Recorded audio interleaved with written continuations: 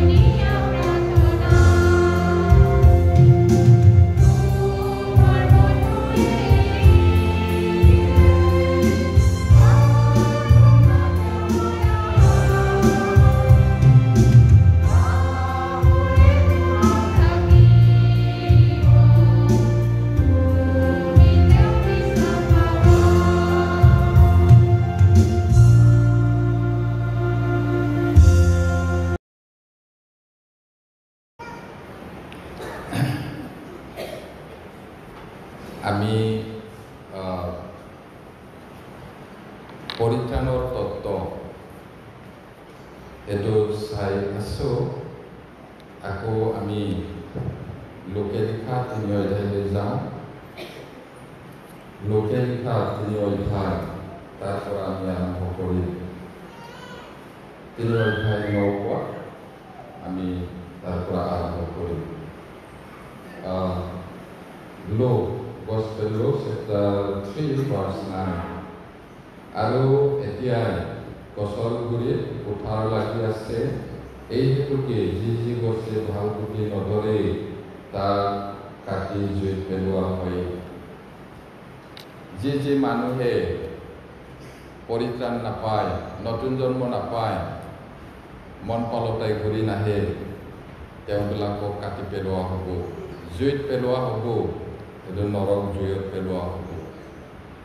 গছ মানে মানুহ, বুদ্ধি মানে বিশ্বাস কৰা, সঁচা বিশ্বাস, পৰিত্ৰাণ পোৱা বিশ্বাস, সেইটোৰ কথা আমি পাই আছোঁ। সঁচাকৈ যদি নতুন জন্ম নাপায় তেতিয়াহ'লে স্বৰ্গত সোমাব নোৱাৰে। প্ৰভু যীশুৱে নিজেই কৈছিলে নতুনকৈ জন্ম নাপালে কোনেও ঈশ্বৰৰ ৰাজ্য দেখা পাব নোৱাৰে। সেইটো কাৰণে সকলোৱে নতুন জন্ম পাবই লাগিব। তাৰপিছতহে বিশ্বাস জীৱন যাপন কেনেকৈ কৰিব লাগে সেইটো আমি শিকোঁ। অতি গুৰুত্বপূৰ্ণ বিষয়টো আমি গুৰুত্ব দি শিকি আছোঁ আৰু এটা ছাবজেক্ট বা এটা পিৰিয়ড, দুটা পিৰিয়ডত শেষ কৰিব নোৱাৰোঁ। আমি বহু বিষয় চাই গৈ আছোঁ। এতিয়া আমি বেলেগ বেলেগ বিষয় লৈ গৈ থাকিব লাগিব, হ'লেও আমি এইটো পৰিত্ৰাণ অতি গুৰুত্বপূৰ্ণ বিষয়টো আগত লৈছোঁ। কাৰণ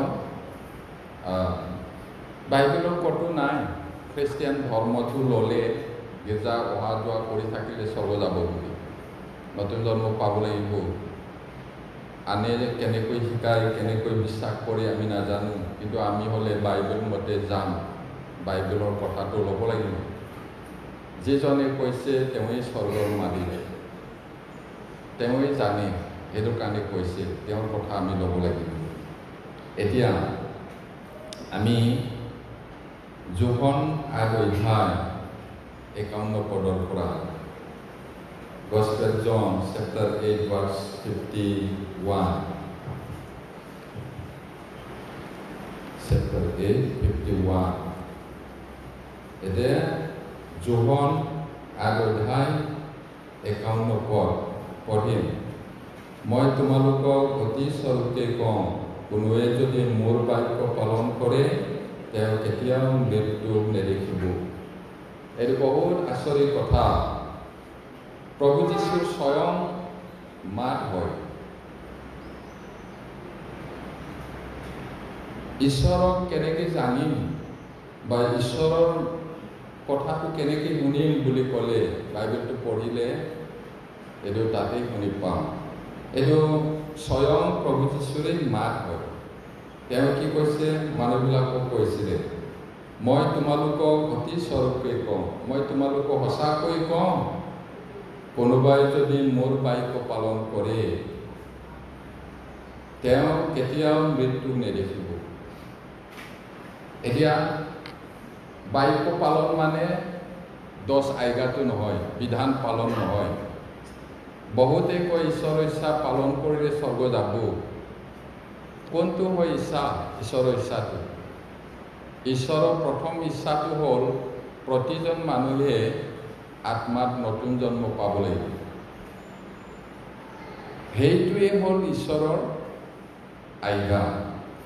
ইয়াতে কোৱাটো, মই তোমালোকক সঁচাকৈ কওঁ, কোনোবাই যদি মোৰ বাক্য পালন কৰে। কোনটো বাক্য? প্ৰতিজন মানুহে নতুন জন্ম হ'ব লাগিব। সেইটো তেওঁ কেতিয়াও নমৰিব, মৃত্যুক নেদেখিব কৈছে। তেতিয়াহ'লে খ্ৰীষ্টিয়ানবিলাকে কেলৈ মৰে? আকৌ খ্ৰীষ্টিয়ানবিলাকে নমৰে নেকি? কি আচৰিত কথা কয়, মৰেচোন। তেতিয়া যদি প্ৰশ্ন কৰে আপোনালোকক, কি উত্তৰ দিব? কেনেকৈ উত্তৰ দিম? খ্ৰীষ্টিয়ানবিলাকে মৰে দেখোন। মৰা মানে কি? এইটো আমি বহুত বাৰ শিকিছোঁ, মনত আছেনে? মৃত্যু মানে পৃথক হোৱা। আমাৰ আত্মাটো আমাৰ এই দেহাৰ ভিতৰত আছে। যেতিয়া ওলাই যাব মাটিৰ দেহা মাটিত থাকি যায়। সেই বুলি মানুহটো নাইকিয়া হৈ নাযায়। তেওঁ বা তাই থাকে। তাৰপিছত সেইটো পৃথক হোৱাটো বুজায়। আৰু দ্বিতীয় মৃত্যু মানে কি হয়? আকৌ দ্বিতীয়বাৰ মৰাটো কি? সেইটো হ'ল ঈশ্বৰৰ পৰা অনন্ত কালৰ কাৰণে পৃথক হ'ব। এতিয়া পাপী আৰু ধাৰ্মিকবিলাকৰ ওপৰত ঈশ্বৰৰ অনুগ্ৰহ আছে। ৰদ, বৰষুণ, খাদ্য শস্য, এইটো পৰিত্ৰাণ পৰিত্ৰাণ পোৱা, এইটো নোপোৱা, সিহঁতক দিম, সিহঁতক নিদিম, এনেকুৱা নহয়। সকলোৰে ওপৰত বেলিৰ পোহৰ, বৰষুণ আৰু সকলো যি লাগে সেইটো দি আছে। কিন্তু যেতিয়া ঈশ্বৰৰ পৰা পৃথক হ'ব, 1 মিনিটৰ কাৰণেও ঈশ্বৰৰ উপস্থিতিটো নাথাকিব, পৃথক হৈ যাব। আৰু সেইটো অনন্ত মৃত্যু বুলি কৈছে। মৃত্যু মানে অনন্তকালৰ কাৰণে পৃথক হ'ব, শেষ হৈ নাযায়, অস্তিত্বহীন নহয়, নন এক্সিষ্টেঞ্চ নহয়। মৃত্যু মানে থাকে। সেইটো আমি খাটাংকৈ বুজিব লাগিব। যদি পৰিত্ৰাণ নাপায়, 2 বাৰ মৰিব, আৰু যদি পৰিত্ৰাণ পায়, এবাৰহে মৰিব। গান ৰচনা কৰিছে কোনোবাই, এই ৰচনা কৰা মানুহটো সঁচাকে পৰিত্ৰাণ পাইছে না নাই মই নাজানো, পাবও পাৰে। কিন্তু অনেক অনেক মানুহে সেই গানটো গায়, পৰিত্ৰাণ পোৱা নাই। 2 বাৰ জন্ম হ'লে এবাৰ মৰিব, এবাৰহে যদি জন্ম হয় 2 বাৰ মৰিব। বহুত আচৰিত কথা। আমি মাৰ পেটৰ পৰা এবাৰ জন্মিলো নহয়, আৰু ঈশ্বৰৰ বাক্য পবিত্ৰ আত্মাৰ পৰা দ্বিতীয় জন্ম যদি হয় আত্মাটো, এবাৰহে মৰিব। সেইটো কি? আমাৰ আত্মাটো আমাৰ শৰীৰৰ পৰা পৃথক হৈ যাব এদিন, তাৰ পৰা অনন্তকাল স্বৰ্গত থাকিব, নমৰে। মৰা মানে সদায়ে জীয়াই থাকিব, পৃথকহে হ'ব ঈশ্বৰৰ লগত। এতিয়া বহুত মানুহে কয়, ঈশ্বৰক নাজানাবিলাকেও কয়, মানুহ মৰিলে অনন্ত ধামলৈ গ'ল, শেষ যাত্ৰা, শেষ প্ৰয়াণ, জীৱন যুঁজত যুঁজি যুঁজি এতিয়া অনন্ত ধামলৈ গ'ল। কিন্তু কোনটো অনন্ত ধাম? 2টা অনন্ত ধাম আছে। এটাতো স্বৰ্গ, য'ত ঈশ্বৰ থাকে, অনন্তকাল থাকিব। আন এটাটো হ'ল য'ত শয়তানক পেলাব, নৰক, তাত অনন্তকাল থাকিব। 2টাটোৱে অনন্ত। এতিয়া ঈশ্বৰক নজনা মানুহবিলাকেও ভাবে অনন্ত ধামলৈ গৈছে, হয় কথাটো, কিন্তু কোনটো অনন্ত ধাম? তেওঁলোকে আশা কৰা স্বৰ্গীয় অনন্ত ধাম নহয়। তেওঁলোকে আশা নকৰা, মন নভবা অনন্ত নৰকলৈহে গৈছে, যোৱাটো যায় অনন্ত ধামলৈ। এতিয়া যিবিলাক সঁচাকৈ নতুন জন্ম পাব, তেওঁলোকেহে স্বৰ্গত যাব। এইটো মানুহৰ কল্পনা, ধাৰণা, বিশ্বাসৰ লগত নহয়, কথাটো সঁচা। যিজনে নতুন জন্ম পাব বা পৰিত্ৰাণ পাব, সেইজনে স্বৰ্গত সোমাব। আৰু যদি নাপায়, সেইটো নৰকত যাব। সেইটো ইয়াতে প্ৰভু যীশুৱে ধুনীয়াকৈ সঁচাকৈ কৈছে, মই তোমালোকক সঁচাকৈ কম, কোনোবাই যদি মোৰ বাক্য পালন কৰে, তেওঁ কেতিয়াও মৃত্যু নেদেখিব। কিমান আচৰিত বাক্য নহয় জানো? বহুত আচৰিত। জগতৰ কোনেও এইদৰে ক'ব নোৱাৰে, কোনো ধৰ্মগুৰুৱে, কোনো ভগৱানে, কোনো দেৱতাই ক'ব নোৱাৰে। যীশু জীৱনৰ গৰাকী, তেওঁহে ক'ব পাৰে। এতিয়া আমি এই কথাটো, আমি যে পঢ়িলোঁ, এই কথাটো প্ৰভুৱে কিয় কৈছে, কি শিক্ষা, কি আজ্ঞা বুজাইছে ইয়াত, তাৰ আগতে মানুহবিলাকে প্ৰভু যীশুক প্ৰশ্ন কৰিছিলে। সেই প্ৰশ্নৰ উত্তৰত তেওঁ এইবোৰ কথা কৈছিলে। 6 অধ্যায় 28 পদটো চাওক, তাতে আমি গম পাওঁ। John chapter 6 verse 28.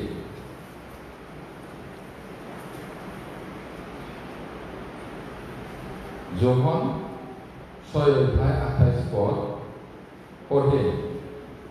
তাতে তেওঁবিলাকে তেওঁ সুধিলে, ঈশ্বৰৰ মনোনীত কৰ্ম কৰিবলৈ আমি কি কৰিব লাগে? এইদৰে প্ৰশ্ন কৰিছিলে, কথা বতৰা পাতিছিলে যীশুৰ লগত।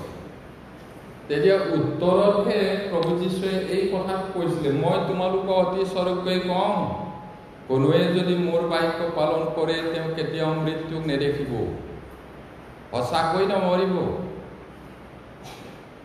এতিয়া জীয়াই থাকোঁতে যিজনে বিশ্বাস কৰে কেতিয়াও নমৰিব। শৰীৰৰ পৰা আত্মাটো পৃথক হৈ যাব, কাৰণ মাটিৰ দেহা মাটিত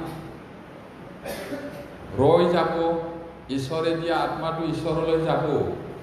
এই মাটিৰ দেহাটো স্বৰ্গত সোমাব নোৱাৰে, বেলেগ দেহা আমি পাম, গৌৰৱময় দেহা, কেতিয়াও বুঢ়া নোহোৱা, বেমাৰ নোহোৱা, অতিশয় সুন্দৰ, কল্পনা আমি কৰিব পৰা নাই, কিন্তু এদিন পাম।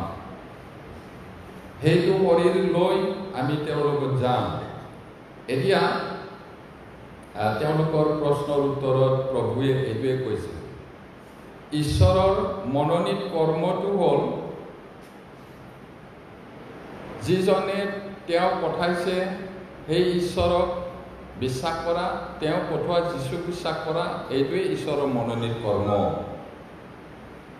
এতিয়া আমি চাওঁ 29 পদটো আকৌ চাওকচোন, তাতে 6:29 পঢ়ে, যীশুৱে উত্তৰ দি তেওঁবিলাকক ক'লে, ঈশ্বৰে যিজনক পঠালে তেওঁক বিশ্বাস কৰাই ঈশ্বৰৰ মনোনীত কৰ্ম। চাওক, ঈশ্বৰৰ মনোনীত কৰ্ম, ঈশ্বৰে বাছি লোৱা কামটো কি বুলি তেওঁলোকে কওঁতে এইটো কৈছে। তেওঁলোকক উত্তৰ দি কৈছে, ঈশ্বৰে যিজনক পঠালে। ঈশ্বৰে কাক পঠাইছিলে? যীশু নিজকে। আৰু তেওঁক বিশ্বাস কৰা মানে যীশুক বিশ্বাস কৰাটোৱে মনোনীত কৰ্ম। যিজনে শাস্ত্ৰমতে জানি বুজি মন পালতাই ঈশ্বৰলৈ ঘূৰি আহিব, তেওঁৰ আত্মাটো ঈশ্বৰে নতুনকৈ সৃষ্টি কৰে। আমি গম নাপাওঁ, ঈশ্বৰৰ অলৌকিক কাম হয়, ঈশ্বৰৰ বাক্যৰ দ্বাৰাহে হয়। এইটো ঈশ্বৰৰ মনোনীত কৰ্ম।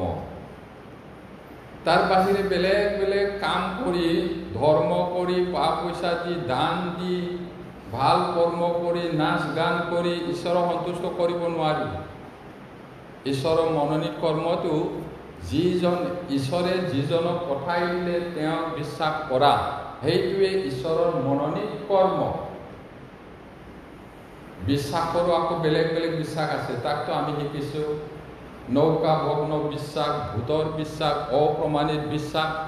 কিন্তু আমাৰ বিশ্বাসটো তেনে নহয়। আমাৰ বিশ্বাসটো ছেভিং ফেইথ কৈছে। ছেভিং ফেইথ মানে পৰিত্ৰাণ দিয়া বিশ্বাস, অনন্ত জীৱন দিয়া বিশ্বাস। ভূতৰ দৰে যদি বিশ্বাস কৰিছে নালাগে। নৌকা ভগ্ন বিশ্বাস যদি হৈ নাযায়, এই ব্ৰহ্মপুত্ৰৰ সৰু টুলুঙা নাৱেৰে এক্সপাৰ্টবিলাকে আৰামত বঠা বাই বাই পাৰ হৈ যায়, যিমানেই ধাৰ নহওক। কিন্তু নাৱত যদি ফুটা থাকে, মাজতে পানী সোমাই ঘূৰি যাব। এনেকুৱা বিশ্বাস যদি আছে কাৰোবাৰ, নৌকা ভগ্ন বিশ্বাস, মাজতে ডুবিব। আৰু অপ্ৰমাণিত, তোমালোকে বিশ্বাসত আছা নে নাই তাক পৰীক্ষা কৰি চোৱা, নতুবা তোমালোকে নাজানা নেকি যীশুখ্ৰীষ্ট যে তোমালোকৰ হৃদয়ত আছে, আৰু যদি নাই তোমালোক অপ্ৰমাণিত লোকে ঈশ্বৰৰ ওচৰত যাব নোৱাৰে। ভূতত বিশ্বাস, ভূতেও বিশ্বাস কৰে, জানে যীশু ঈশ্বৰৰ পুত্ৰ বুলি, এনেকুৱা বিশ্বাসেৰে যাব নোৱাৰে। তেনেহ'লে কেনেকুৱা বিশ্বাস? শাস্ত্ৰত কি কৈছে? শাস্ত্ৰমতে যীশুখ্ৰীষ্ট মোৰ পাপৰ কাৰণে মৰিল, শাস্ত্ৰমতে যীশুখ্ৰীষ্ট মৰাৰ পৰা জি উঠিল, আৰু আমাৰ অতীত বৰ্তমান ভৱিষ্যতৰ আটাই পাপবোৰ অনন্ত কালৰ কাৰণে ক্ষমা কৰিলে। য়েছ, প্ৰভু যীশু, তুমি মোৰ সলনি মৰিলা, মোৰ অগণন পাপ তুমি ক্ষমা কৰিলা, ধন্য প্ৰভু বুলি মন পালতাই সৰলভাৱে সৰু ল'ৰাৰ নিচিনা বিশ্বাস কৰিব লাগিব, তেহে যাব, নহ'লে এতিয়া প্ৰথম কৰিন্থিয়া 15 অধ্যায় চাম 1-2 পদ। 1 Corinthians chapter 15 verse 1 and 2 পঢ়িম। প্ৰথম কৰিন্থিয়া 15 অধ্যায় 1-2 পদ। হে ভাইবিলাক, যি সুবাৰ্তা মই তোমালোকৰ আগত প্ৰচাৰ কৰিলোঁ তাকে তোমালোকক জনাইছোঁ, তাক তোমালোকে গ্ৰাহ্য কৰিলা আৰু তাতে থিৰেও আছা।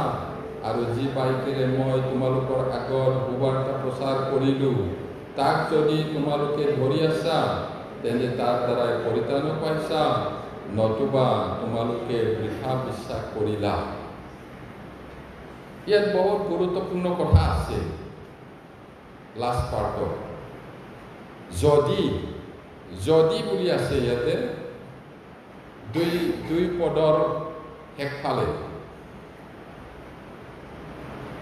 সুবাৰ্তা প্ৰচাৰ কৰিলোঁ, তাক জনালোঁ বুলি কৈছে পৌলে। ইয়াত তাক যদি তোমালোকে ধৰি আছা, তেন্তে তাৰ দ্বাৰাই পৰিত্ৰাণ পাইছা, নতুবা তোমালোকে বৃথা বিশ্বাস কৰিলা। এনেই বিশ্বাস কৰিলা যদি নহয় বুলি কৈছে। ইয়াত মূল বাক্যাংশটো হ'ল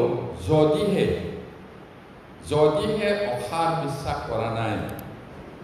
বিশ্বাসটো হয়তো বিশ্বাস আছে, অসাৰ মানে অৰ্থহীন, শুনা মাত্ৰে আনন্দেৰে ৰং মনেৰে হয় হয় হয় বুলি গ্ৰহণ কৰা, কিন্তু সত্যৰূপে শাস্ত্ৰসন্মত নহয়, সেইটো অসাৰ হৈ গৈছে। এনে আকৌ 12 পদত চাওকচোন। 12 পদ তাতে একেটা অধ্যায়তে 12 পদ পঢ়ে। কিন্তু খ্ৰীষ্টতে মৃতবিলাকৰ মাজৰ পৰা তোলা হ'ল, ইয়াক যদি ঘোষণা কৰা হয়, তেন্তে মৃতবিলাকৰ পুনৰুত্থান নাই বুলি তোমালোকৰ গুৰুকুমে কেনেকৈ কয়? কথাটো কি? ইয়াতে যুক্তি দেখাইছে। তোমালোকে যদি সঁচাকৈ বিশ্বাস কৰিছা, তেনেহ'লে তোমালোকৰ মাজত কোনোবাই কেলে পুনৰুত্থান নাই বুলি কয়? পুনৰুত্থান নহ'ব বুলি কৈছে। ইয়াত এই পদত সেইটোকে ব্যাখ্যা কৰিছে যে আপাত দৃষ্টিত কৰিন্থত খ্ৰীষ্টৰ পুনৰুত্থানক অস্বীকাৰ কৰা কিছুমান ভাৰী কোৱা লোক আছিল। সেইদিনা আমি তন্নকৈ ভাৰী কোৱা মিছলীয়াবিলাকৰ কথা চাইছিলোঁ। আৰু ইয়াত কোৱাটো তেওঁবিলাকে খ্ৰীষ্টিয়ান বুলি কৈছে, নতুন জন্ম পোৱা বুলিতো মাজত আছে।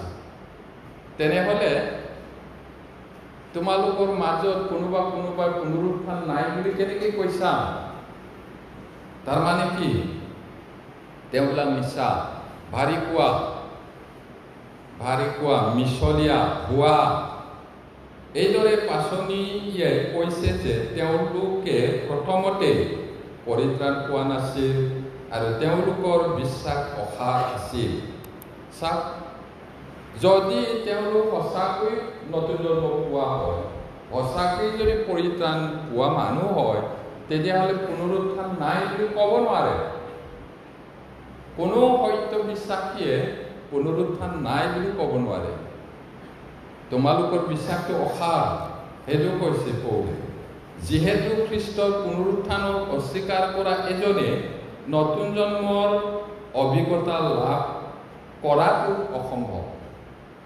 যি মানুহে পুনৰুত্থান নাই বুলি কয়, অস্বীকাৰ কৰে, সেই মানুহটো নতুন জন্ম পোৱাৰ অভিজ্ঞতা লাভ কৰাটো অসম্ভৱ কথা, নোৱাৰে। সেইটো তেওঁলোকৰ লগত আছিলে। গভীৰ বিষয় হয় প্ৰিয়সকল। এইটো কাৰণে আমি পৰিত্ৰাণৰ তত্ত্বটো ভালকৈ চাই আছোঁ। আমাৰ মাজতো অহা অহাটো দেখি আহিছে, যোৱাটো দেখি গৈছে, নামকে ৱাস্তে যদি আছে, সেইদিনা ভয়ানক হ'ব কথা। হেৰৌ মই তোক চিনি নাপাওঁ। তেতিয়া কি ক'ব? আপোনাৰ যুক্তিটো খাটিবনে? আপোনাৰ টেঙৰালিটো খাটিবনে? কথা কোৱাত এক্সপাৰ্ট তেলীয়া হ'লে পাৰিবনে প্ৰভুৰ লগত? বলে পাৰিবনে ঈশ্বৰৰ লগত? গোটেই মানৱ জাতি, পৃথিৱীত যিমান মানুহ আছে, ঈশ্বৰৰ দেখাত শূন্যতকৈও কম কৈছে। শূন্য হ'লে কি আছে? লিখা পঢ়া আছে নহয়, চবেই লিখা পঢ়া জানে। শূন্য মানে কি? একো নাই। শূন্যতকৈও কম কৈছে। ধূলিকণাৰ নিচিনা। ধূলিকণাই দগা পাল্লাত না দবাব পাৰে না উঠাব পাৰে। গোটেই পৃথিৱীৰ মানুহটো। তেতিয়াহ'লে এজনে ঈশ্বৰৰ লগত যুক্তি তৰ্ক কৰিব পাৰিবনে সেইদিনা? তেতিয়াহ'লে কেলে ইমান মন কঠিন? বহুত মন কঠিন। ঈশ্বৰৰ ওচৰত একেবাৰে কোমল হ'ব লাগিব। এতিয়া সেই মানুহবিলাকৰ বিশ্বাসটো অসাৰ আছিলে কৈছে, সঁচাকে পৰিত্ৰাণ পোৱা নাই। এতিয়া আমাৰ মাজতো যদি এনেকুৱা আছে, তেতিয়াহ'লে অতি ভয়ানক বিষয় হ'ব। অতি ভয়ানক বিষয়। এইটো কাৰণে জীয়াই থাকোঁতে এইটো ঠিক কৰি ল'ব লাগিব, কনফাৰ্ম কৰিব লাগিব টিকেটটো। স্বৰ্গ যোৱাৰ টিকেটটো নতুন জন্ম পোৱা। নতুন জন্ম পালে হটলাইন মোবাইল নাম্বাৰটো পাই যাব। হটলাইন মোবাইল নাম্বাৰ, ইটো দেশৰ সিটো দেশৰ শাসনকৰ্তাবিলাকৰ হটলাইন নাম্বাৰ থাকে। যেতিয়াই মাৰে পাব। যেতিয়া স্বৰ্গ যোৱাৰ টিকেটটো ল'ব, তেতিয়া ঈশ্বৰৰ লগত কথা পাতিবলৈ হটলাইন নাম্বাৰটো পাব। ডাইল কৰি মাৰিলে হ'ল, পাব। কিন্তু প্ৰথম কামটো হ'ল কনফাৰ্ম কৰিব লাগিব পৰিত্ৰাণটো, নতুন জন্মটো। এতিয়া যি বাক্যেৰে মই তোমালোকৰ আগত সুবাৰ্তা প্ৰচাৰ কৰিলোঁ, তাক যদি তোমালোকে ধৰি আছা, তেন্তে তাৰ দ্বাৰা পৰিত্ৰাণ পাইছা। অথনি আমি পঢ়িলোঁ। নতুবা তোমালোকে বৃথা বিশ্বাস কৰিলা। পৌলে প্ৰচাৰ কৰাটো শুনিলে, বিশ্বাস কৰিলে, গ্ৰহণ কৰিলে, তাক যদি সঁচাকৈ ধৰি ৰাখিছা, তেতিয়াহ'লে পৰিত্ৰাণ পাইছা। আৰু যদি নহয়, তেতিয়াহ'লে বৃথা, অৰ্থহীনভাৱে বিশ্বাস কৰিছা। আচল নহয় মানে সেইটো কৈছে। এতিয়া ইয়াত যদি এইটো সৰু শব্দটোৱেও কিছুমানক আমনি কৰিছে। কিন্তু গ্ৰীক ভাষা, গ্ৰীক নতুন নিয়মত প্ৰথম শ্ৰেণীৰ অৱস্থাত আছে আৰু ইয়াক যিহেতু বুলিহে অনুবাদ কৰিব লাগে কৈছে, যদি কোৱাটো। এই আমাৰ বাইবেলখন, নতুন নিয়ম বাইবেলখন গ্ৰীক ভাষাত লিখিছিলে আৰু পুৰণি নিয়মটো ইব্ৰী ভাষাত, হিব্ৰু ভাষাত লিখা আছিলে। পিছত গ্ৰীক ভাষাত অনুবাদ কৰা হৈছে। সেই সময়ত গ্ৰীক ভাষাটো ৰোমান সাম্ৰাজ্যৰ সাধাৰণ ভাষা আছিলে, সকলোৱে জানিছিল। আৰু পৃথিৱীত আটাইতকৈ ধনী ভাষাটো হ'ল গ্ৰীক ভাষা। আমাৰতো এটা শব্দটো দুটা বা তিনিটা মিনিং থাকে, কিন্তু তেওঁলোকৰতো কেইবাটাও থাকে কিছুমান। আমাৰতো প্ৰেম বুলি ক'লে প্ৰেমটো বুজি পাওঁ, মৰম আৰু প্ৰেম, আৰু কিবা আছে নেকি মই নাজানো, থাকিব পাৰে। কিন্তু প্ৰেম বুলি ক'লে কি প্ৰেম? গ্ৰীক ভাষাত প্ৰেমটো কোনটো বা প্ৰেমটো ক'লে গিৰিয়েক ঘৈণীয়েকৰ প্ৰেম, কোনটো বা প্ৰেমটো ক'লে বন্ধুৰ প্ৰেম, কোনটো বা প্ৰেমটো ক'লে পৰিয়ালৰ ভাই ককাইৰ প্ৰেম। ঈশ্বৰৰ প্ৰেম বুলি ক'লে আগাপে প্ৰেম। আগাপে কোৱাৰ লগে লগে ঈশ্বৰৰ প্ৰেম, নিস্বাৰ্থ প্ৰেম। আচলতে আমাৰতো এনেকুৱা নাই। সেইটো কাৰণে ঈশ্বৰৰ বাক্যটো গ্ৰীক ভাষা লিখাটো কিমান আচৰিত। এতিয়া কলছে 1:23 চাওঁ। আমি গল্প কৈ কৈ একবাৰ হাঁহিবলৈ একবাৰ কিবা কৰিবলৈ নিদিয়াৰ কাৰণে অলপ আমনি লগা নিচিনা লাগিব পাৰে, কিন্তু এইদৰে ষ্টাডি নকৰিলে আমি কেনেকৈ ঈশ্বৰক জানিম? সেইকাৰণে কিছুমানে ভাল নালাগিব পাৰে, কিন্তু আমাৰ কাৰণে এইটো বহুত ইণ্টাৰেষ্টিং। কলছে 1:23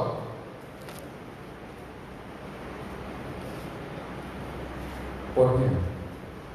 সেয়ে হ'লেও আকাশ মণ্ডলৰ তলত থকা গোটেই সৃষ্টিৰ আগত প্ৰচাৰি হোৱা যি শুভবাৰ্তা তোমালোকে শুনিলা আৰু মই কওঁ যিহৰ পৰিচাৰক হ'লো, সেই শুভবাৰ্তাৰ পৰা উৎপন্ন হোৱা আশাৰ পৰা লৰোৱা হৈ বিশ্বাসতে মূল ধৰি থিৰ হৈ থকাবিলাকেহে তোমালোকক সেইদৰে উপস্থিত কৰিব। আমি যি বিশ্বাস কৰিলোঁ লৰচৰ হ'ব নালাগে, তাত শিপাই যাব লাগিব, দকৈ শিপাই যাব লাগিব,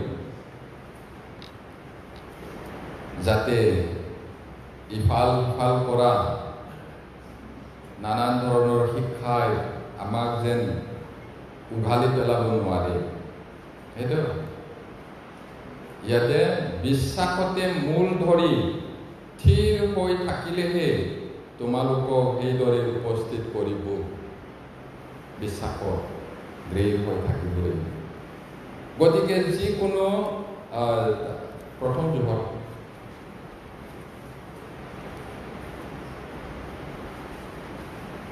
প্ৰথম যোহন 3:9 1 John chapter 3:9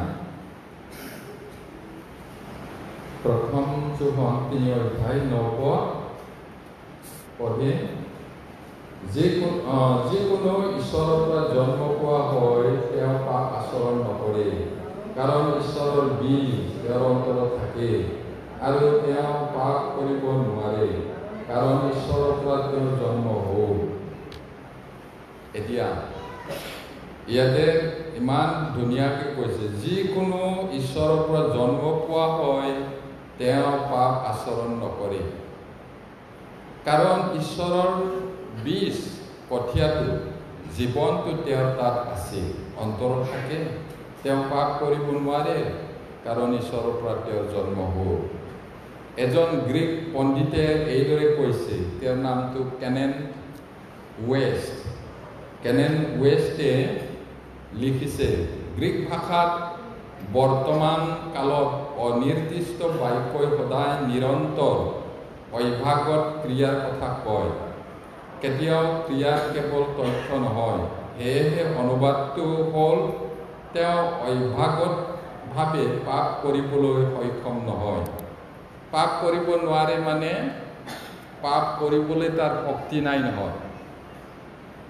এইটো স্বাভাৱিকতে অভ্যাস মতে সি পাপ কৰি থাকিব নোৱাৰে। কেতিয়াবা পাপত পৰিব পাৰে নতুন জন্ম পোৱা মানুহ হ'লেও, কিন্তু কণ্টিনিউ তাৰ জীৱন আচৰণটোৱে পাপ এনেকুৱা কৰিব নোৱাৰে, এইটোৱে কৈছে। আৰু আন কথাত যদি চাওঁ, সেইটো ইয়াত গ্ৰীক গ্ৰন্থখনে পাপহীন সিদ্ধতাৰ ভুল শিক্ষাৰ কোনো ৱাৰেণ্ট নাই।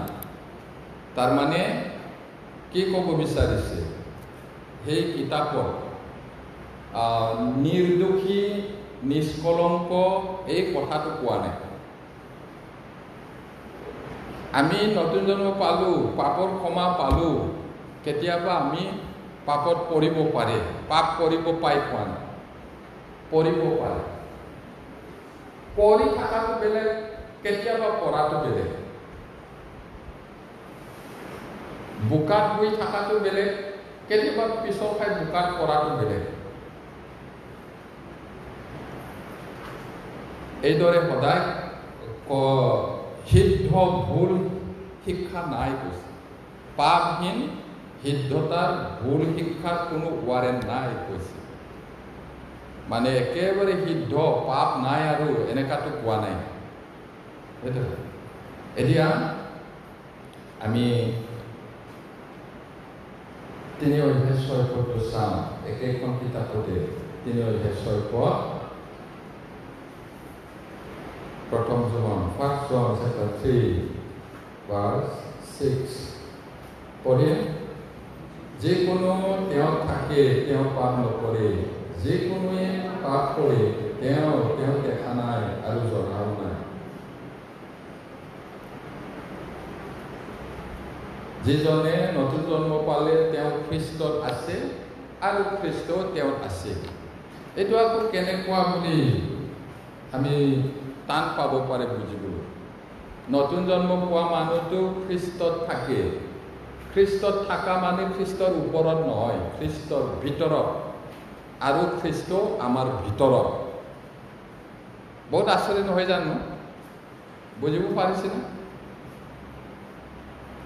এইটো কেনেকুৱা কথা বুলি আমি ভাবিব পাৰোঁ যিজন নতুন জন্ম পাইছে পৰিত্ৰাণ পাইছে তেওঁৰ হৃদয়ত ঈশ্বৰ পবিত্ৰ আত্মাৰ ওপৰত আহে আত্মাৰ কোনো আকাৰ নাই ভিতৰত থাকে আমি গম নাপাওঁ আৰু আমিও তেওঁ থাকোঁ তেওঁ আমাৰ থাকে এতিয়া এইটো আকৌ একেবাৰে বুজিবলৈ সহজত ক'ব বিচাৰিছোঁ ডাঙৰ এটা লোহাৰ টুকুৰা একেবাৰে কয়লা আঙঠাত যদি ভৰাই দিওঁ লোহাটো পুৰা ৰঙা হৈ যাব সেইটো কি জুইটো লোহাত সোমাইছে লোহাও জুইত সোমাইছে খ্ৰীষ্ট আমাৰ ভিতৰত আছে আমিও খ্ৰীষ্টৰ ভিতৰত আছে এইটো এতিয়া 5 অধ্যায় একেখন কিতাপৰে 5 অধ্যায় 18 পদটো চাওক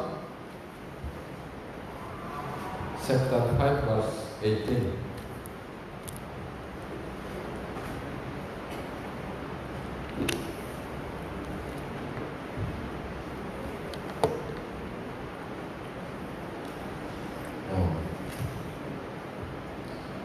পঢ়ে আমি জানো যে যিকোনো ঈশ্বৰৰ পৰা জন্ম পোৱা হয় তেওঁ পাপ নকৰে কিন্তু ঈশ্বৰৰ পৰা জন্ম পোৱা জনাই নিজকে ৰাখে আৰু পাপ আত্মাই তেওঁক স্পৰ্শ নকৰে কিন্তু বহুতে নজনাৰ ফলতে হয় নে অবাধ্য নে নতুন জন্ম পোৱাৰে নাজানো মই নতুন জন্ম পাইছোঁ বুলিও কয় আৰু পাপতো থাকে দুইফালে নোৱাৰিব কেঁচুৱাটো জন্ম হ'লে নাড়ীটো কাটিবই লাগিব একেলগে মাৰ লগত থাকিম বুলি থাকিব নোৱাৰে নাড়ীটো কাটিব লাগিব যদি নতুন জন্ম পাইছে তেতিয়াহ'লে জগতৰ লগত নাড়ীটো কাটিব লাগিব একেলগত নোৱাৰে পাপো কৰি থাকিম ঈশ্বৰৰ লগতো থাকিম এনেকুৱা নহ'ব কেতিয়াবা হয় নেকি তোমাৰ লগতো বিয়া পাতিছোঁ তোমাৰ লগতো থাকিম বুলি পাৰে এনেকুৱা নাই হ'ব কোনোবা এজন ধুনীয়া ছোৱালী আৰু ল'ৰাই বহুত ভাল পাইছিলে কৈছে ইমান ভাল পায় ল'ৰাটো ইমান ধনী নহয় সাধাৰণ মানুহ কৈছে ছোৱালীটো বহুত ধুনীয়া কৈছে সিহঁতে ভাল পায় এদিন বহুত ধনী ল'ৰাই আকৌ ছোৱালীক ফুচলালে কৈছে ভাল পালে কিন্তু ছোৱালীয়ে ল'ৰাক বহুত মৰম কৰে আনহাতেদি দুখীয়া হয় এতিয়া সেই ধনী ল'ৰাটো চাবলৈও ধুনীয়া টকাও আছে তাৰ লগত গ'লে তোমাৰ কি হ'ব তোমাৰ ভৱিষ্যতটো চোৱা মই তোমাক বহুত আৰামত ৰাখিম বুলি নানা ধৰণৰ কথা ক'লে চাগে ফুচলালে তেতিয়া কি কৰিলে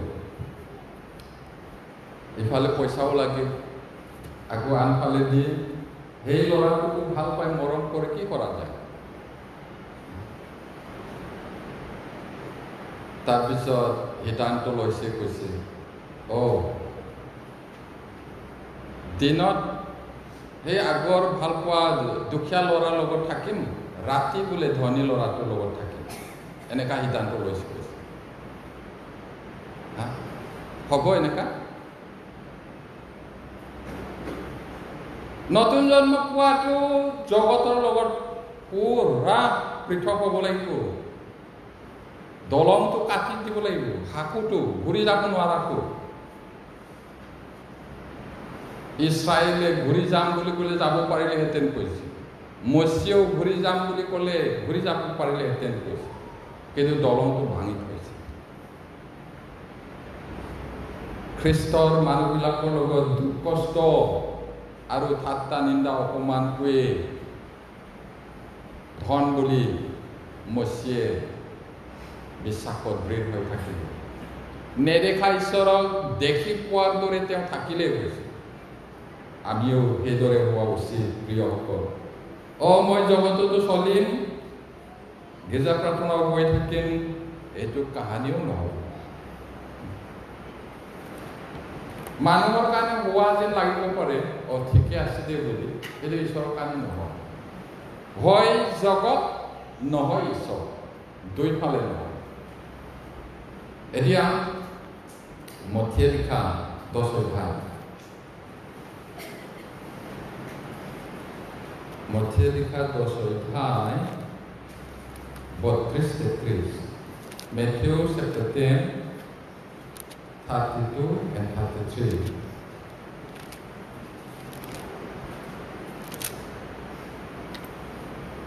বত্ৰিশ 33 পঢ়িম। এতেকে মানুহৰ আগত যিকোনোৱে মোক অস্বীকাৰ কৰি স্বৰ্গত থকা মোৰ পিতৃৰ আগত মইতো তেওঁক স্বীকাৰ কৰিম। কিন্তু মানুহৰ আগত যিকোনোৱে অস্বীকাৰ কৰি স্বৰ্গত থকা মোৰ পিতৃৰ আগত ময়ো তেওঁক অস্বীকাৰ কৰিম। এইটো বহুত গুৰুত্বপূৰ্ণ বিষয়। কেলে মানুহে জগতৰ লগত একদম মিক্স আপ কৰে, বেয়া পাব, কিবা ক'ব বুলি ভয়তে কম্প্ৰমাইজ কৰে। আৰু প্ৰভু যীশু প্ৰভু বুলি ক'বলৈ বহুত মানুহ আছে, খ্ৰীষ্টিয়ান বুলি ক'বলৈ লাজ কৰে, ভয় কৰে। আপোনালোকেও ভয় কৰে নেকি?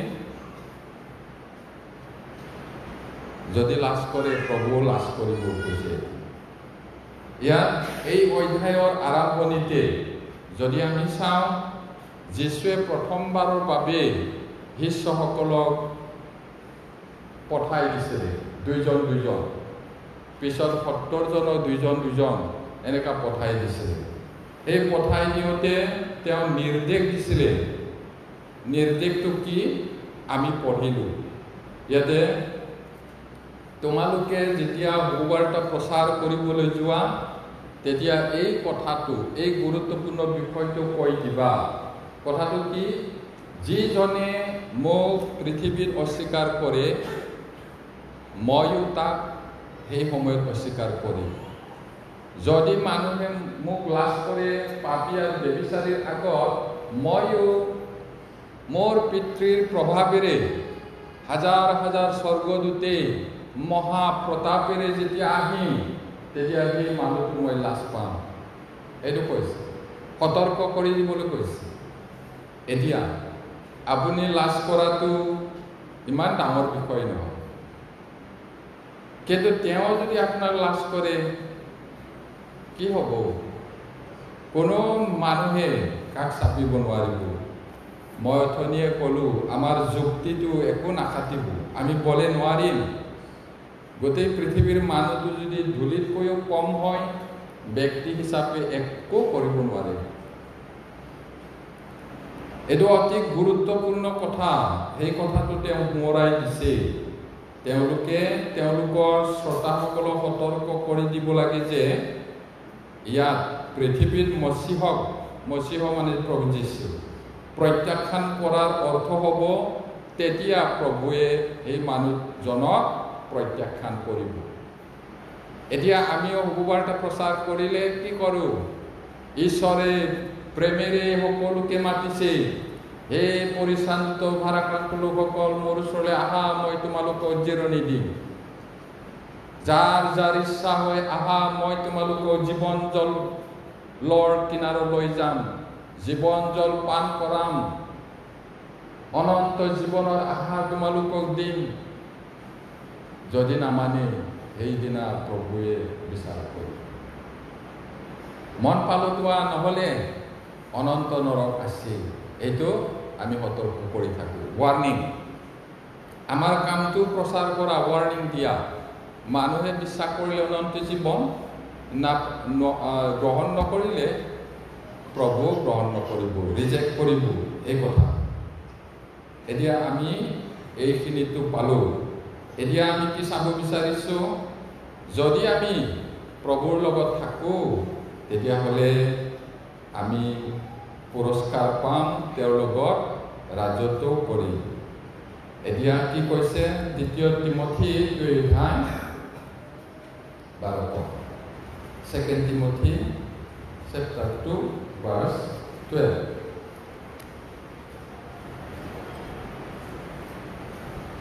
দ্বিতীয় তিমথী 2:12 পঢ়ে, আমি যদি সহন কৰোঁ তেন্তে তেওঁৱে নিজে ৰাজত্ব কৰে। আমি যদি তেওঁক অস্বীকাৰ কৰোঁ তেন্তে তেওঁ আমাক অস্বীকাৰ কৰিব। এতিয়া ঈশ্বৰৰ মনোনীত কৰ্মটো কি আছিলে? যিজনে তেওঁক পঠালে সেই যীশুক বিশ্বাস কৰাটোৱে ঈশ্বৰৰ মনোনীত কাম। প্ৰথমটো হ'ল নতুন জন্ম পাব লাগিব। তাৰপিছত আমি যদি ধৈৰ্য ধৰোঁ, সহন কৰোঁ তেওঁৰ লগত, তেতিয়াহ'লে তেওঁৰ লগত আমি শাসন কৰিম এদিন। আমি যদি অস্বীকাৰ কৰোঁ তেওঁ আমাক অস্বীকাৰ কৰিব।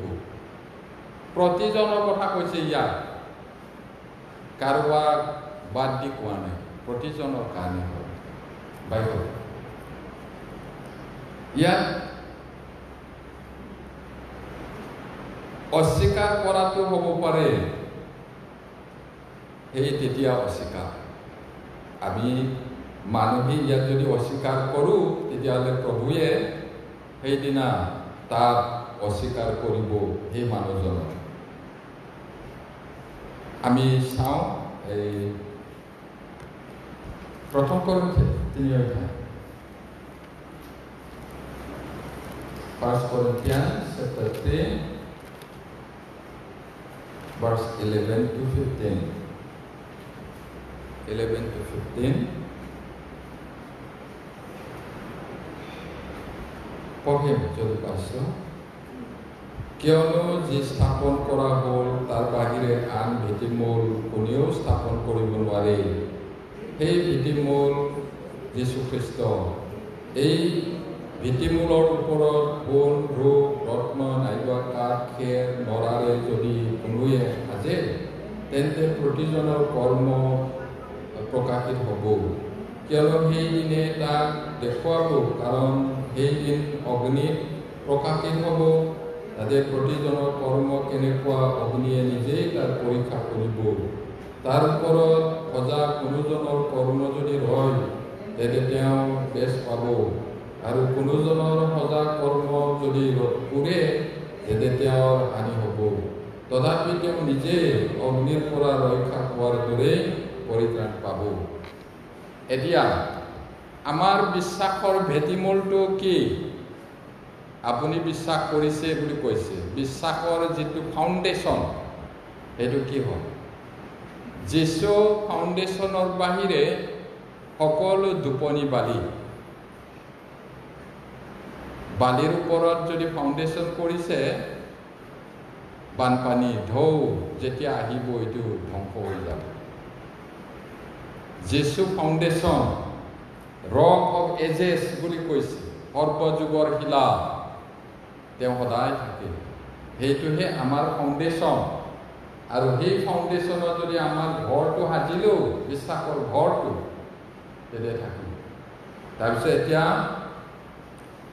আমি সজা কৰ্মবোৰ যদি পুৰে কৈছে, সেইদিনা বিচাৰ কৰিব।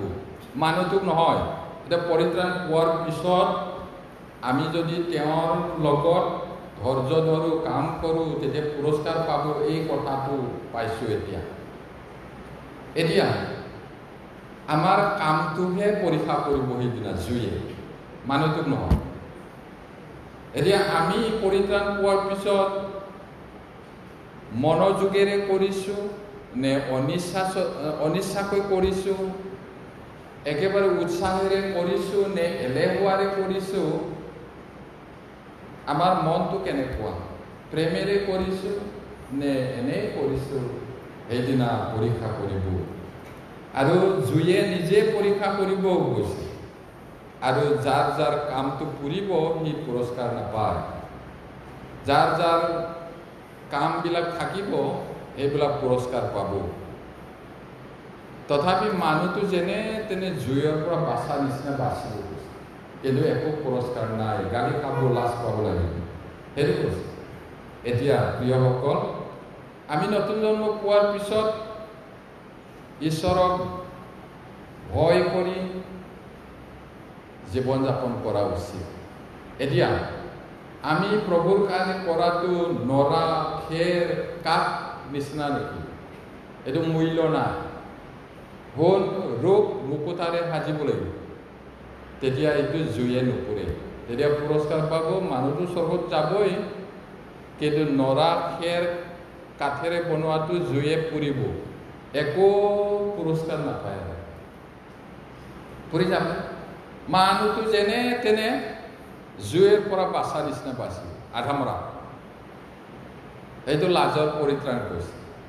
সেইটো কাৰণে আমি সঁচাকৈ কাঠেৰে সাজিছোঁ, নৰাৰে না খেৰ, না সোণ, ৰূপ, মুকুতা, কেনেকুৱা ঘৰ সাজিছোঁ। চৰি, ফাউণ্ডেশ্যনটো দিছোঁ,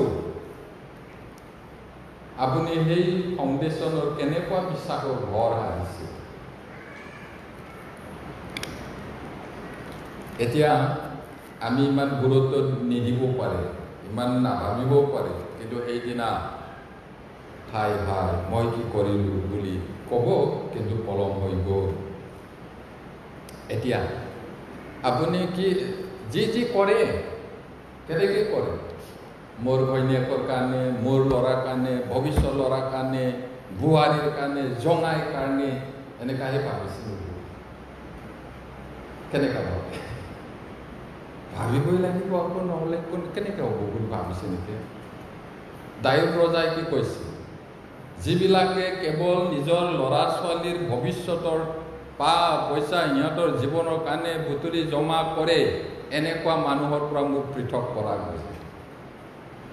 সেইবুলি দায়ুদৰ ল'ৰাবিলাকৰ সম্পত্তি নাছিলে নেকি?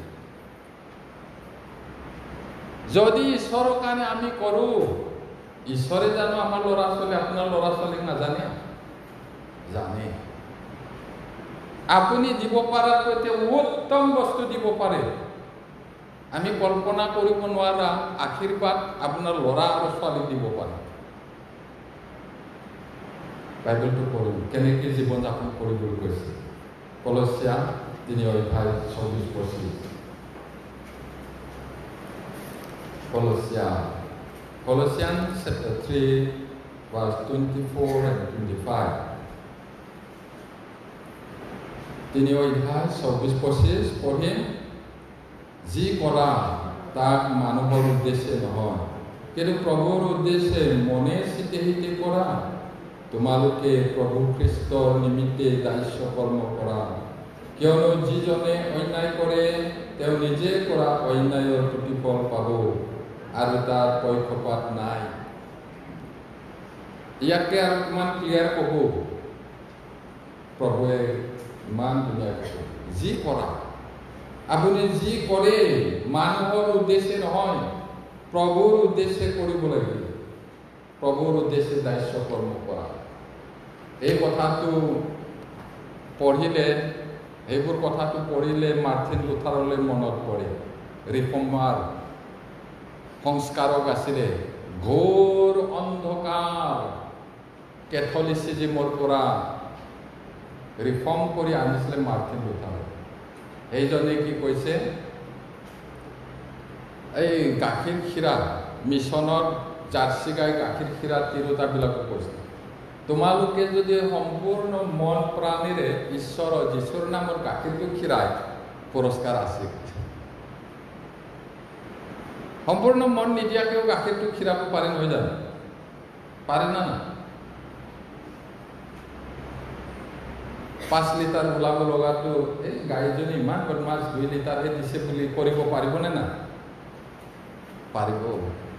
সম্পূৰ্ণ মনেৰে মানুহৰ কাৰণে নহয়, ঈশ্বৰলৈ চাই কৰা। কেনেকৈ কৰে আপোনালোকে? যি কৰে। আপুনি ব্যৱসায় কৰিছে নেকি? মোৰ প্ৰভুৰ কাৰণে কৰিছে। আকৌ সেই বুলি আপুনি নিজৰ কাৰণে মাত্ৰ পকেটটো ভৰাই থাকিলেতো নহ'ব। ঈশ্বৰৰ কাম কৰিব লাগিব সেই ব্যৱসায়ৰ যোগেদি। আপুনি ক'ৰবাত হাজিৰা কৰে নেকি? প্ৰভুৰ কাৰণে কৰিব লাগিব। মানুহৰ চকুৰ আগত ধূলি মাৰি কাম চুৰ কৰিব নালাগে। কামটো ভালকৈ কৰিব লাগিব। আপুনি চাকৰি কৰে নেকি? ভালকৈ কৰিব লাগিব ঈশ্বৰৰ দেখা। খেতি কৰে নেকি? মন প্ৰাণ দি খেতি কৰিব লাগিব ঈশ্বৰৰ কাৰণে। যি পায় পৰিয়ালটো চলিব আৰু হ'ব বাৰ্তাৰ কাৰণে। এইদৰে কৰিলে ইয়াতে কৈছে যি কৰে মানুহৰ উদ্দেশ্যে নহয়, ঈশ্বৰৰ উদ্দেশ্যে কৰা। এইটো কৈছে ঈশ্বৰৰ উদ্দেশ্যে দাস্য কৰ্ম কৰা। কোনোবাই যদি আপোনাক অন্যায় কৰিছে, সেই অন্যায়ৰ প্ৰতিফলটো ঈশ্বৰে দিব। মোক সি ইমান অন্যায় কৰিছে, তাক চাই ল'ম ৰ, তাকো কৰিম নক'ব। জাগা ৰাখিব ঈশ্বৰৰ কাৰণে। ঈশ্বৰেহে কৰে। আপুনি কৰিলে আপুনি যিমান হানি কৰিম বুলি ভাবিছে নোৱাৰিব পাৰে। আপোনাৰ হৈ যদি ঈশ্বৰে কৰে বহুত ডাঙৰ হ'ব। গতিকে ঈশ্বৰলৈ ঠাই দিব লাগিব। এতিয়া আমি 1 Korinthians 2:27 পঢ়ো। 1 Korinthians 9:27 পঢ়ো চা।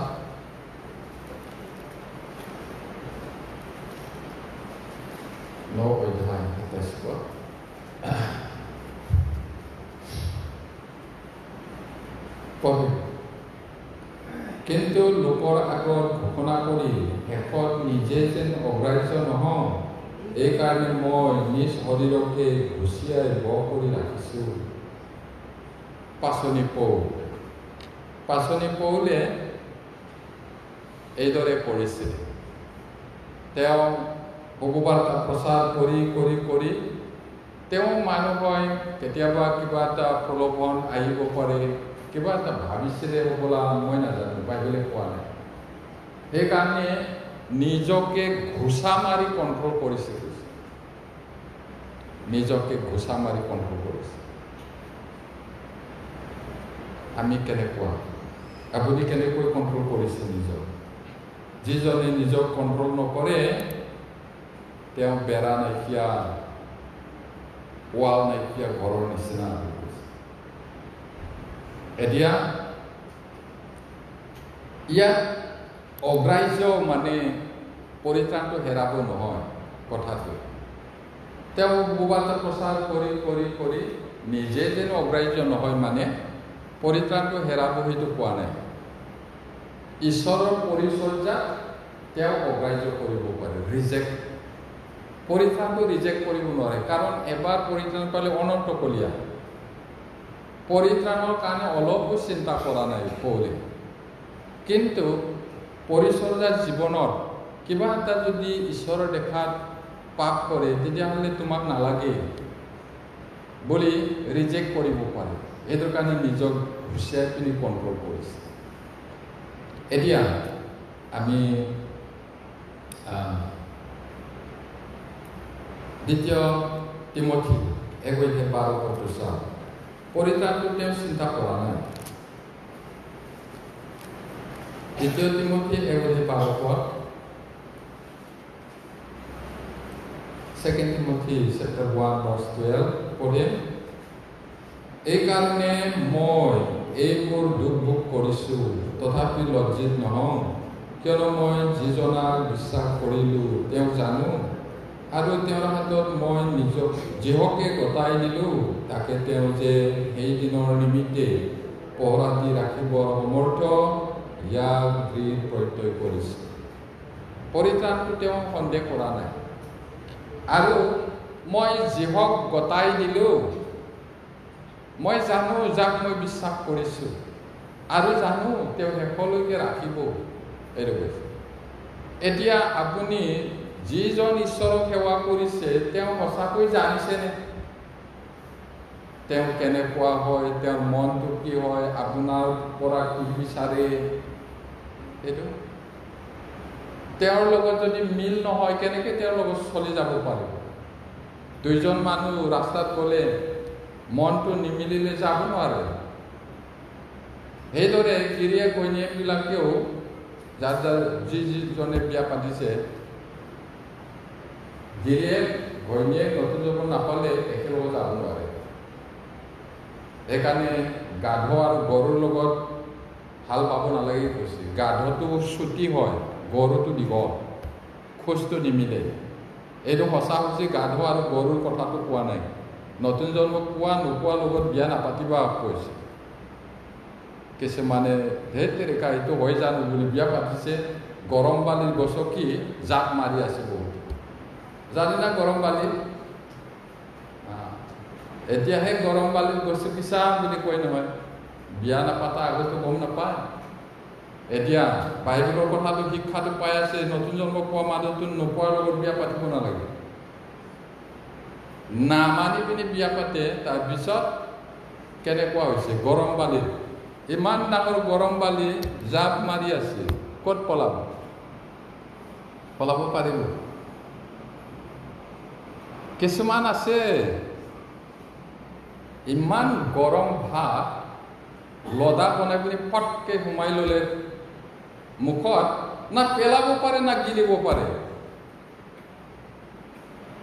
যদি বিশ্বাস নকৰে বিয়া পাতি চাওঁ, নতুন জন্ম নোপোৱাৰ। আজি বোলে স্নো লাগে, কাইলৈ বোলে পাউডাৰ লাগে, কাইলৈ বোলে লিপষ্টিক লাগে। লিপষ্টিক আনি দিছোঁ দেই তোমাক। কি লিপষ্টিক আনিছে? কি লিপষ্টিক? দাম কম, 50 টকীয়া। তাক লাগে 1000 টকীয়া। আপোনাৰ পকেটত ইমান নাই, লাগিল নহয় লেঠা না নালাগিব। ধাৰ লওঁতে লওঁতে আধা মৰা হ'ব, বালি গৰম, জাপ মাৰি ক'ত জাপ মাৰিব? কৰি চাওক যদি বিশ্বাস নকৰে। আৰু আমাৰ মহিলাবিলাকেও, ছোৱালীবিলাক চাই মেলি যদি নকৰে বিপদ আছে।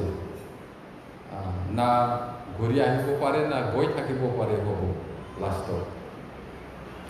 এতিয়া 10 অধ্যায়, প্ৰথম কৰিন্থিয়া 10 অধ্যায় 5 পদ। প্ৰথম কৰিন্থিয়া 10 অধ্যায় 5 পদ পঢ়িম।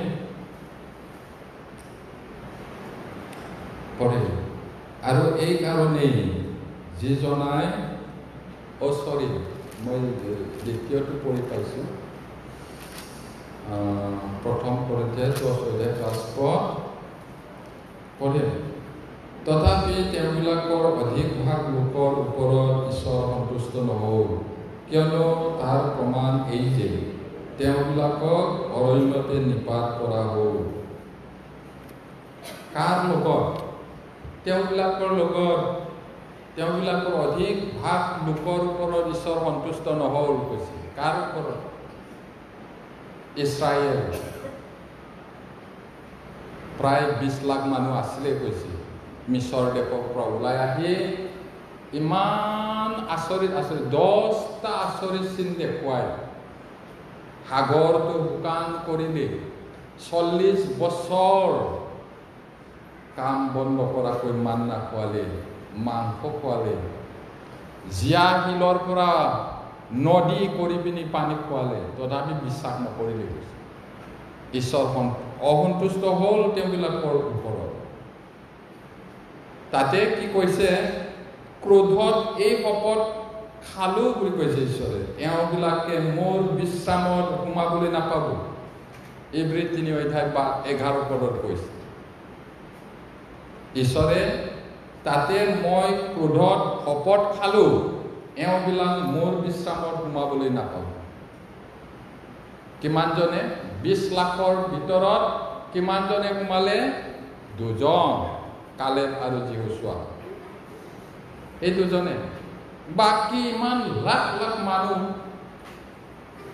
অৰণ্যতে মৰি থাকিল তাত সোমাবলৈ নাপালে এতিয়া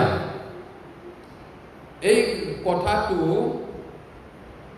গণনা পুস্তক 14 অধ্যায়ত আছে এইটো বহুত দীঘল মই কথাটো মাত্ৰ কওঁ ইয়াতে কাদেশ বৰ্ণিয়া বুলি এটা জাগা আছিলে এই কাদেশ বৰ্ণিয়াৰ পৰা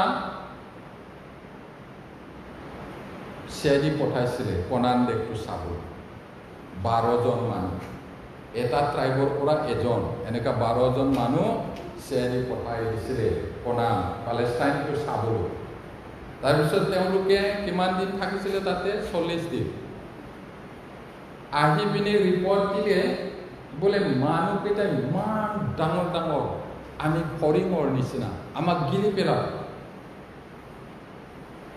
ঠাইটো বোলে ইমান সুন্দৰ ইমান ভাল এইয়া আঙুৰৰ থালটো আমি আনিছোঁ 2 জন মানুহ বুকিব লাগিব তাৰপিছত খাদ্য এই ফল মূলটো বহুত ডাঙৰ ডাঙৰ বহুত ভাল মৌ গাখীৰ বৈ থকা দেশ হয় সঁচাকৈ কিন্তু বুলি কৈছে মানুহটো হ'লে ডাঙৰ ডাঙৰ আৰু ৱাল দিয়া আছে নগৰ তেতিয়া গোটেই ইছৰাইলে কান্দিলে ৰাতিটো কিন্তু কালেব আৰু জিহুচোৱাই কি কৈছে ঈশ্বৰৰ ইচ্ছা হ'লে ইহঁতে আমাৰ আহাৰৰ নিচিনাহে হ'ব বলা আমি উঠি যাম সেই দেশটো ল'ম বুলি কিন্তু মানুহবিলাক বেছিভাগটোৱে বিদ্ৰোহী হ'ল এইটো কাৰণে ঈশ্বৰ অসন্তুষ্ট হ'ল আৰু ধ্বংস হ'ল এনেকি মচিও তেওঁলোকৰ কাৰণে তাত সোমাব নোৱাৰা হ'ল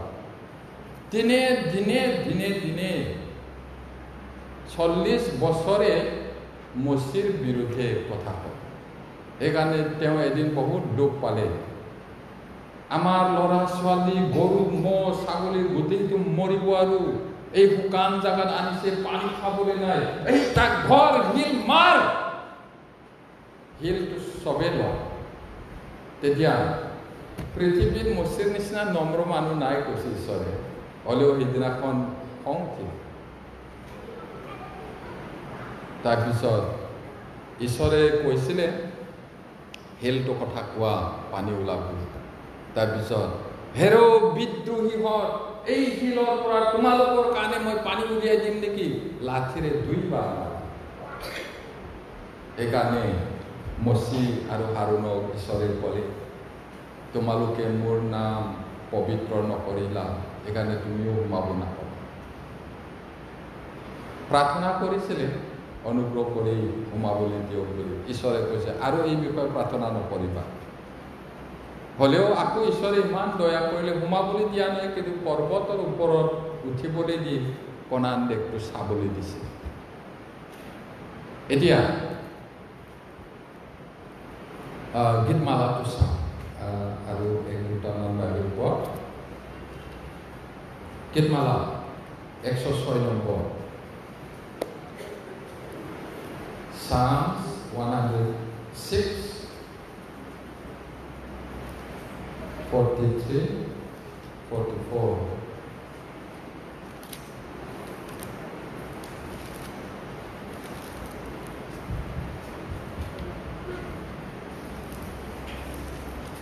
গীতমালা 106 তাৰপিছত 43-44 পঢ়ে তেওঁ অনেকবাৰ সেইবিলাকক উদ্ধাৰ কৰিলে কিন্তু সেইবিলাক নিজৰ আলোচক বিদ্ৰোহী হ'ল নিজৰ অপৰাধৰ কাৰণে নি অৱস্থাত পৰিল তথাপি তেওঁ সেইবিলাকৰ কাকতি শুনা মাত্ৰে সেইবিলাকৰ দুখলৈ বেছি পৰিল সেই মানুহবিলাক সদায় বিদ্ৰোহী ৰেবিলিয়াছ হয় ঈশ্বৰৰ দেখা আৰু সেইকাৰণে একেবাৰে নিজে একেবাৰে দুখত পৰিলে নি অৱস্থাত পৰিল তথাপি যেতিয়া দুখত পৰি কান্দে কেকাই প্ৰাৰ্থনা কৰে ঈশ্বৰে আকৌ আহি তেওঁলোকক উদ্ধাৰ কৰে সেইটো এতিয়া আমি মচিৰ কথাটো পালোঁ তেওঁকো সোমাবলৈ নিদিলে কিন্তু তেওঁৰ পৰিত্ৰাণটো আমি সন্দেহ কৰিব নোৱাৰোঁ, প্ৰশ্ন কৰিব নোৱাৰোঁ। তেওঁ সঁচাকৈ পৰিত্ৰাণ পোৱা মানুহ হয়। কেনেকৈ গম পাম বুলি ক'লে আমি এই কথাটো চাম, তেতিয়া গম পাম। প্ৰভু যীশুৰ লগত কথা পাতিবলৈ সেই ৰূপান্তৰ হোৱা পৰ্বতত আহিছে। এলিয়া আমি বাইবেলটো পঢ়িম। মচি আৰু এজন ভগৱান। মথি 17 অধ্যায়, মথি 17 অধ্যায় 1-4। Matthew 17:1-4। মই 1 পঢ়িছোঁ, 2। তাৰ 6 দিনৰ পাছত যীশুৱে পিতৰ জাকব আৰু তেওঁৰ ভায়েক যোহনক লগত লৈ তেওঁলোকে সৈতে এটা ওখ পৰ্বতৰ ওপৰলৈ উঠিলে।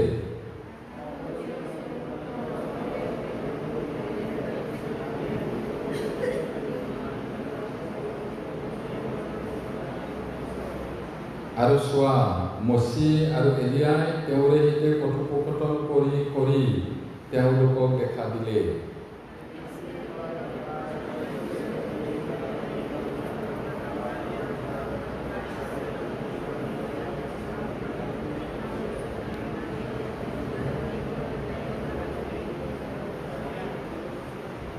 এতিয়া আমি ইয়াত দেখিছোঁ এলিয়া আৰু মচিয়ে স্বৰ্গৰ পৰা নামি আহিছিলে প্ৰভুৰ লগত কথা পাতিবলৈ। তেওঁ কণালৈকে সোমোৱা নাই, কিন্তু স্বৰ্গত গ'ল। সেইটো এতিয়া আমাৰ বিষয়টো চোৱাটো হ'ল মচিয়ে সঁচাকৈ স্বৰ্গত গৈছে, তাৰ পৰিত্ৰাণটো সন্দেহ নাই। আমি এবাৰ পৰিত্ৰাণ পালে এই পৰিত্ৰাণটো কেঞ্চেল নহয়। আমি আশীৰ্বাদটো নাপাব পাৰে, এই পৃথিৱীত মাৰ খাব পাৰে, নহ'লে বেগাই মৰাই পিনি লৈ যাব পাৰে, পুৰস্কাৰটো তাৰ নহ'ব পাৰে, কিন্তু পৰিত্ৰাণটো নেহেৰায় এবাৰ সঁচাকৈ পৰিত্ৰাণ পালে। কিন্তু প্ৰশ্নটো হ'ল সঁচাকৈ পৰিত্ৰাণ পাইছেনে নাই পোৱা? ঢেৰ মানুহ কি কৈছিলে কৰিন্থিয়া মণ্ডলীত আছিলে, অথনি আমি পঢ়িম। সেইকাৰণে নতুন জন্ম পোৱা বা পৰিত্ৰাণ পোৱাটো অতি গুৰুত্বপূৰ্ণ বিষয়। এতিয়া আমি ইব্ৰী 4 অধ্যায়, ইব্ৰী 4 অধ্যায় 1 পঢ়িম। এতেকে আমি ভয়েৰে থাকোঁ, কাৰণ তেওঁৰ বিশ্ৰামত সোমাবৰ প্ৰতিজ্ঞা থাকিলেও কিজানি কেনেবাকৈ তোমালোকৰ কোনো তাৰ পৰা বঞ্চিত হোৱা যেন দেখা যায়। এতিয়া উদাহৰণ হিচাপে এই ইব্ৰী লেখকে বিশ্বাসী ভাই ভনীবিলাকক কৈছে, ভয়েৰে থাকক। আমি নতুন জন্ম পাইছোঁ বুলি ঈশ্বৰৰ বিৰুদ্ধে যাব নোৱাৰোঁ, নিজ ইচ্ছামতে জীৱন যাপন কৰিব নোৱাৰোঁ। ভয়েৰে থাকক কৈছে। কাৰণটো কৈছে বিশ্ৰামত সোমাবলৈ প্ৰতিজ্ঞা পালে থাকিলেও কিজানি কেনেবাকৈ তোমালোকৰ কোনো তাৰ পৰা বঞ্চিত হোৱা যেন দেখা যায়। কনানৰ সকলো ইছৰাইলকে লৈ যাম বুলি লৈ গৈছিলে, কিন্তু তেওঁলোক অবাধ্য হোৱাৰ কাৰণে ৰাস্তাতে মাৰিলে। এতিয়া আমি পৰিত্ৰাণ পোৱাবিলাকক কিছুমানক মাৰিব এনেকুৱা নহয়, কিন্তু পৰিত্ৰাণ নোপোৱাকৈ পাইছোঁ বুলি কৈছে নেকি, সেইটোহে। আৰু যদিও পাইছে অবাধ্য হয়, তেতিয়াহ'লে এই পৃথিৱীতে মাৰিব, দুখ কষ্ট হ'ব। এইটো উদাহৰণত আনিছে, এনেকুৱা যেন নহয় এইবোৰ। তাৰপিছত 11 পদটো চাওক, 11 পদ, একে অধ্যায়তে 11 পদ পঢ়ে। এতেকে কোনেও যেন সেই অবিশ্বাসৰ আৰ্হিৰ দৰে প্ৰতীক নহয়, এইকাৰণে আমি সেই বিশ্ৰামত সোমাবলৈ যত্ন কৰোঁ। পতন হৈছিলে, ধ্বংস হৈ গৈছিলে, লাখ লাখ মানুহ অৰণ্যতে মৰি পিনি তাতে থাকিলে, 2জন মাত্ৰ সোমাইছে। সেইদৰে যেন নহয়, এতেকে কোনেও যেন সেই অবিশ্বাসৰ আৰ্হিৰ দৰে প্ৰতীক নহয়। যি ঘটনা হৈছে, যি লিখিলে আমাৰ কাৰণে, আমাৰ মাজতো যেন এনেকুৱা নহয়। সেইটো কাৰণে সাৱধান। এইকাৰণে আমি বিশ্ৰামত সোমাবলৈ যত্ন কৰোঁ এই স্বৰ্গত প্ৰভুৰ লগত যাবলৈ। এতিয়া সঁচাকৈ পৰিত্ৰাণ পালেতো নেহেৰা অনন্তকালৰ কাৰণে। পাম বুলি সঁচাকৈ পৰিত্ৰাণ নোপোৱা হ'লে থাকি যাব। সেইটো কাৰণে কনফাৰ্ম কৰিব লাগে, ঠিক কৰিব লাগে। এতিয়া পৰিত্ৰাণৰ তত্ত্ব আমি চাই আছোঁ, অতি গুৰুত্বপূৰ্ণ বিষয়। মই শেষ কৰিলোঁ। ঈশ্বৰে আশীৰ্বাদ কৰক আৰু নেক্সট বাৰ ষ্টাডি কৰিম, প্ৰাৰ্থনা কৰিম। স্বৰ্গত থকা মহান পিতৃ ঈশ্বৰ, নতুনকৈ জন্ম নাপালে কোনেও স্বৰ্গ ৰাজ্যত দেখা পাব নোৱাৰিব। আৰু যি গছে ভাল গুটি নধৰে তাক কাটি জুইত পেলোৱা হ'ব। ইয়াত গোট খোৱা কোনো এজনে যেন বাদ পৰি নাযায়। প্ৰভু তুমি আশীৰ্বাদ কৰা। যিসকলৰ কনফাৰ্মেশ্যন নাই তেওঁলোকৰ পৰিত্ৰাণ কনফাৰ্ম কৰিবলৈ সহায় কৰা। আৰু যিসকলে সঁচাকৈ পৰিত্ৰাণ পালে তেওঁলোকক তুমি আশীৰ্বাদ কৰা। ভয় আৰু ভক্তিৰে তোমাৰ দায়িত্ব কৰ্ম কৰিবলৈ যি কৰোঁ ঈশ্বৰৰ উদ্দেশ্যে কৰিবলৈ আমাক তুমি সহায় কৰা। এই সকলো প্ৰাৰ্থনা যীশু নামত খুজিছোঁ। আমেন।